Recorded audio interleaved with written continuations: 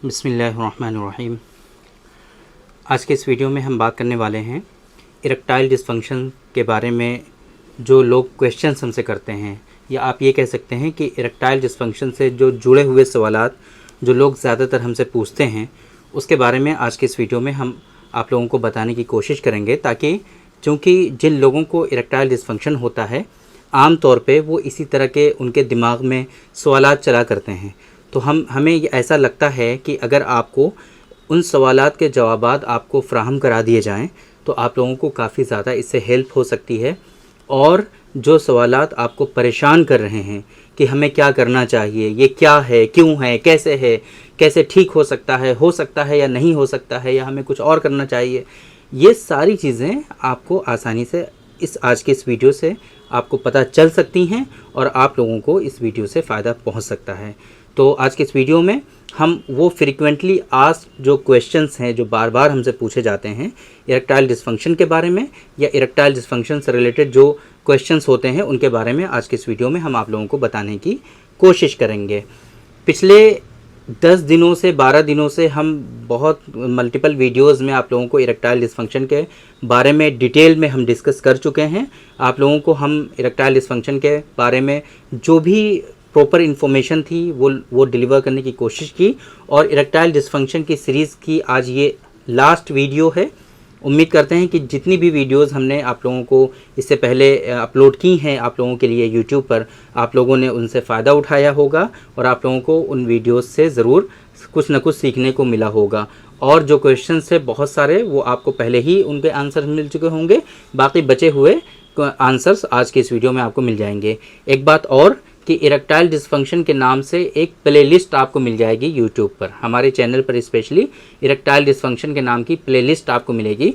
ये जितनी वीडियोस हैं इरेक्टाइल डिस्फंक्शन से रिलेटेड, और उससे पहले भी जो हमारी वीडियोस आई हैं यूट्यूब पर इरेक्टाइल डिस्फंक्शन से रिलेटेड, वो सारी वीडियोस आपको एक ही प्लेलिस्ट में मिल जाएंगी। बिकॉज यूट्यूब पर हमारी मोर देन 1000 वीडियोज़ होंगी, तो उसमें से वीडियोस को ढूंढना, सर्च करना थोड़ा सा डिफ़िकल्ट होता है, तो इतनी आसानी से वो वीडियोस आपको मिलेंगी नहीं। तो आप अगर प्लेलिस्ट में जा करके सारी वीडियोस को एक एक करके सीरीज़ वाइज देख लेंगे तो आप लोगों को इरेक्टाइल डिस्फंक्शन के बारे में बहुत कुछ पता चल सकता है, बहुत सारी चीज़ें आप समझ सकते हैं।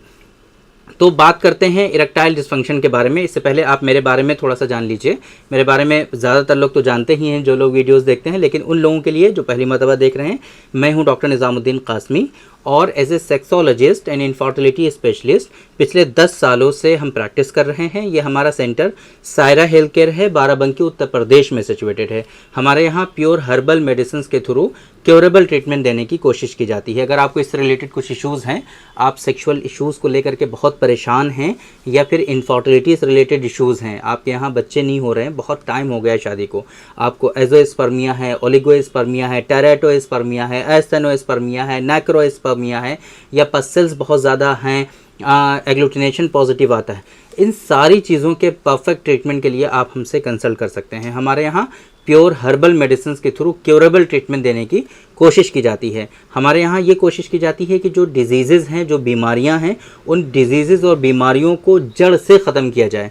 सिर्फ सिम्टोमेटिक ट्रीटमेंट नहीं कि जो परेशानी हो रही है उस परेशानी से आपको सिर्फ बचा दिया जाए, ऐसा नहीं है, बल्कि कोशिश ये होती है कि हर्बल मेडिसिन के थ्रू जो बीमारियां हैं उन बीमारियों को जड़ से ख़त्म कर दिया जाए, ताकि आप एक सेहतमंद ज़िंदगी गुजार सकें, आगे चल करके आपको कोई परेशानी ना हो।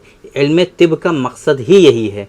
मेडिकल साइंस की अगर हम बात करें तो मकसद ही यही है कि आपको बीमारियों से बचाया जाए, और अगर बीमारियां आपको लाहिक हो जाएं तो आपको उन बीमारियों से महफूज किया जाए और उन बीमारियों को ख़त्म करके एक सेहतमंद ज़िंदगी आपको दी जाए। तो यही कोशिश हमारे यहाँ की जाती है। ये हमारा सेंटर बाराबंकी उत्तर प्रदेश में सिचुएटेड है। आप हमारे सेंटर पर आसानी से तशरीफ़ ला सकते हैं। बाराबंकी बस स्टॉप और रेलवे स्टेशन से बिल्कुल वॉकिंग डिस्टेंस पर है। लेकिन अगर आप दूर हैं, किसी दूसरी कंट्री में हैं, नहीं आ सकते हैं, तब भी आपको परेशान होने की कोई ज़रूरत नहीं है। हमारी वेबसाइट है www.sairahealthcare.com। इस वेबसाइट पर विज़िट करके आप दुनिया के किसी भी कोने से अपना अपॉइंटमेंट शेड्यूल कर सकते हैं और आप डायरेक्टली हमसे कंसल्ट कर सकते हैं। तो बात करते हैं इरेक्टाइल डिस्फंक्शन के फ्रीक्वेंटली आस्क्ड क्वेश्चन के बारे में। सबसे पहली बात जो लोग क्वेश्चन करते हैं कि क्या इरेक्टाइल डिस्फंक्शन का होना नॉर्मल है? डॉक्टर साहब, कोई ये बहुत बड़ी बीमारी तो नहीं है? क्या इरेक्टाइल डिस्फंक्शन से बहुत इश्यूज़ तो नहीं होने वाले हैं? क्या ये ऐसे ही है ना, ठीक हो जाएगा ना डॉक्टर साहब। तो ये आप समझने की कोशिश करिए। सम केसेस में अगर आपको सिर्फ टेम्परेरी बेसिस पर ये इश्यूज़ हो रहे हैं, कभी आपको इरेक्टाइल डिस्फंक्शन फील होता है, कभी आपको इरेक्शन में कमी महसूस होती है, लेकिन ज़्यादातर आपको ऐसा महसूस होता है कि नहीं, कोई परेशानी नहीं है, आप ज़िंदगी प्रॉपरली गुजार पा रहे हैं, तो ये माइल्ड ईडी के सिम्टम्स हैं आपके अंदर। आपके अंदर शुरुआती दौर में है अभी इरेक्टाइल डिस्फंक्शन, इसका मतलब ये हरगिज़ नहीं है कि ये इरेक्टाइल डिस्फंक्शन आपका नॉर्मल है। कोई भी डिजीज़ नॉर्मल नहीं होती है। जितनी भी बीमारियां होती हैं, जितनी भी डिजीज़ होती हैं, वो डिजीज़ होती हैं, वो डिपेंड करता है कि उसके जो सिम्टम्स हैं वो अभी कैसे हैं आपके अंदर, है ना। वो डिजीज़ की कितनी ज़्यादा सीवियरिटी आपके अंदर है, उसके ऊपर उसके सिम्टम्स डिपेंड करते हैं। डिजीज़ का होना कभी भी नॉर्मल नहीं होता है। तो आप ये जो पूछते हैं कि डॉक्टर साहब ये तो नॉर्मल है ना, कोई बड़ी परेशानी तो नहीं है, तो आप इसको समझने की कोशिश करिए, ये नॉर्मल नहीं है। हाँ, ये कह सकते हैं कि अभी आपके अंदर जिस कंडीशन में इरेक्टाइल डिस्फंक्शन है, क्या उस कंडीशन में वो बड़ी बीमारी है कि नहीं है। समटाइम्स जब आपका इरेक्टाइल डिस्फंक्शन माइल्ड होता है, बहुत ही, या मॉडरेट तक भी कह दें, तब भी बहुत मेजर इशू नहीं होता है। थोड़े से सपोर्ट से आपके अंदर जो इश्यूज़ हैं, जिन कारणों से ऐसा हो रहा है, उन कारणों को जड़ से ख़त्म करके इस परेशानी से हम आपको बचा सकते हैं, है ना। इन परेशानियों से आपको जो है महफूज कर सकते हैं और इरेक्टाइल डिस्फंक्शन को परमानेंटली क्योर कर सकते हैं। अब दूसरी, तो आपकी समझ में आ गया कि इरेक्टाइल डिस्फंक्शन का होना नॉर्मल नहीं है, ये है एबनॉर्मल चीज़, ये है बीमारी, है ना। तो जो बीमारी होती है वो कभी भी नॉर्मल नहीं होती है। दूसरी बात, डॉक्टर साहब हमें इरेक्टाइल डिस्फंक्शन तो है, लेकिन हमें कैसे पता चलेगा कि हमारे अंदर इरेक्टाइल डिस्फंक्शन जो है वो क्या असबाब हैं उसके, इरेक्टाइल डिस्फंक्शन के कॉजेज़ क्या हैं, ये हमें कैसे पता चलेगा। तो देखिए, इरेक्टाइल डिस्फंक्शन के असबाब को जानना ये आपकी हिस्ट्री के ऊपर डिपेंड करता है। आप जो कंप्लेंट हमको देते हैं और हम आपसे जो क्वेश्चंस करते हैं कि क्या आपके अंदर ये परेशानी है, हम थोड़ा सा समझाने की कोशिश करते हैं। इरेक्टाइल डिस्फंक्शन के मेनली 2, 3, 4 कारण बहुत इंपॉर्टेंट होते हैं। पहले नंबर पे पैल्विक मसल्स का वीक होना या पेनाइल मसल्स का वीक और कमज़ोर होना। दूसरे नंबर पे ब्लड सर्कुलेशन का प्रॉपरली ना हो पाना। तीसरे नंबर पे हार्मोनल इम्बैलेंस का होना। चौथे नंबर पे आपके अंदर लिपिड प्रोफाइल का प्रॉपर ना होना, या फिर कोलेस्ट्रॉल का जो है बहुत ज़्यादा होना, यानी कि आपके अंदर सर्कुलेशन जिसकी वजह से प्रॉपर नहीं हो पाता।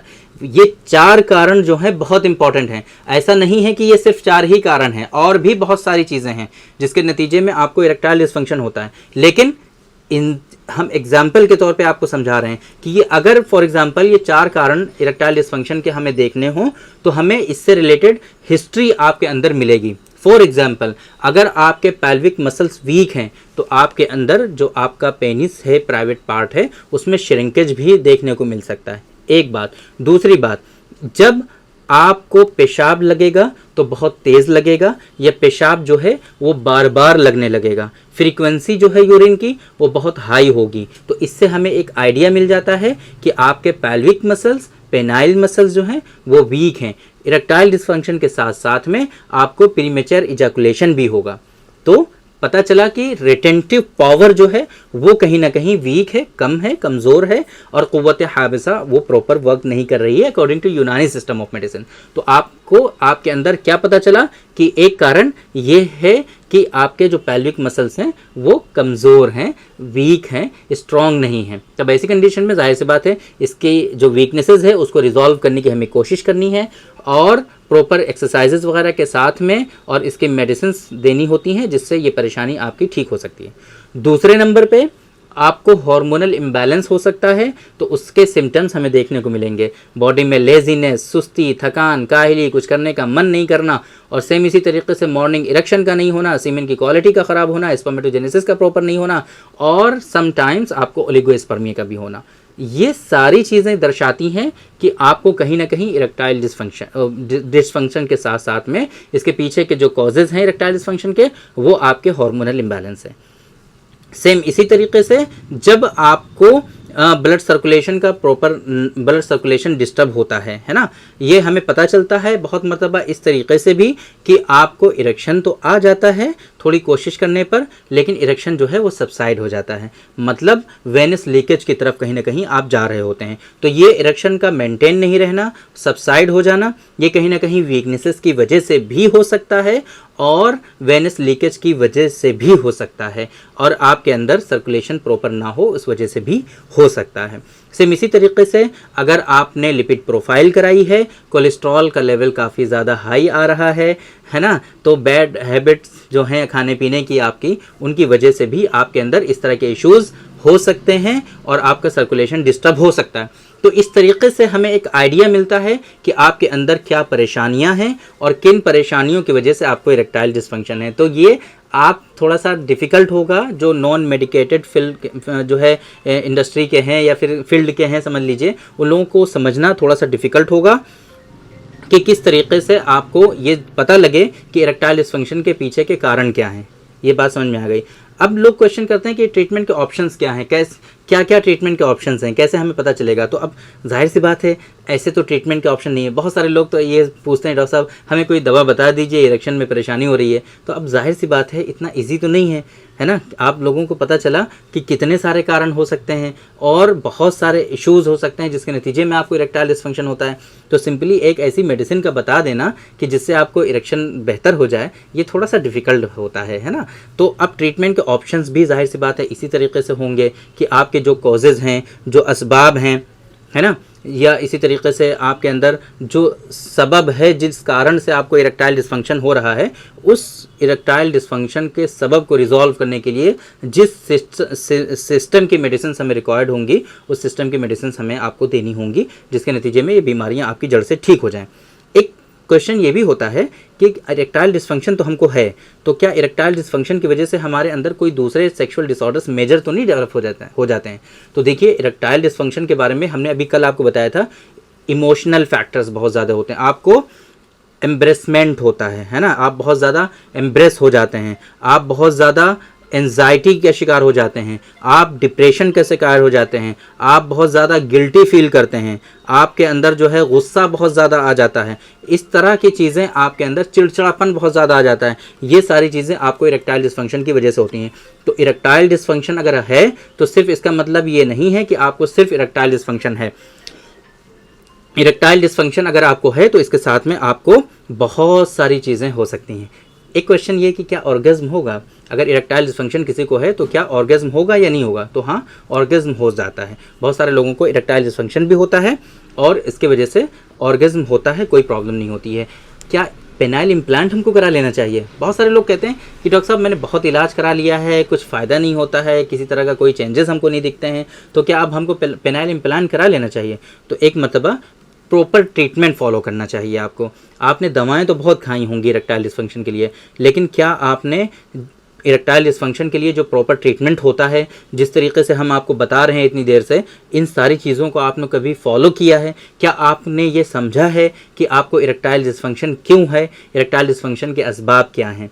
तो अगर इस तरीके से इलाज कराने के बाद भी आपको आराम नहीं हो रहा है, देन आपको सोचना चाहिए पेनाइल इम्प्लांट के लिए। अदरवाइज़ आपको नेचुरल पैथी पर ही फोकस करना चाहिए, ज़्यादा उल्टी सीधी चीज़ों की तरफ नहीं जाना चाहिए, वरना इनके बैड इम्पैक्ट आपकी बॉडी पर आगे चल करके बहुत ज़्यादा देखने को मिल सकते हैं।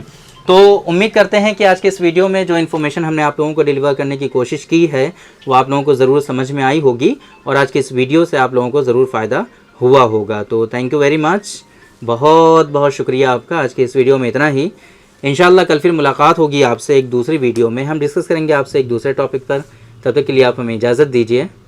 अस्सलाम वालेकुम।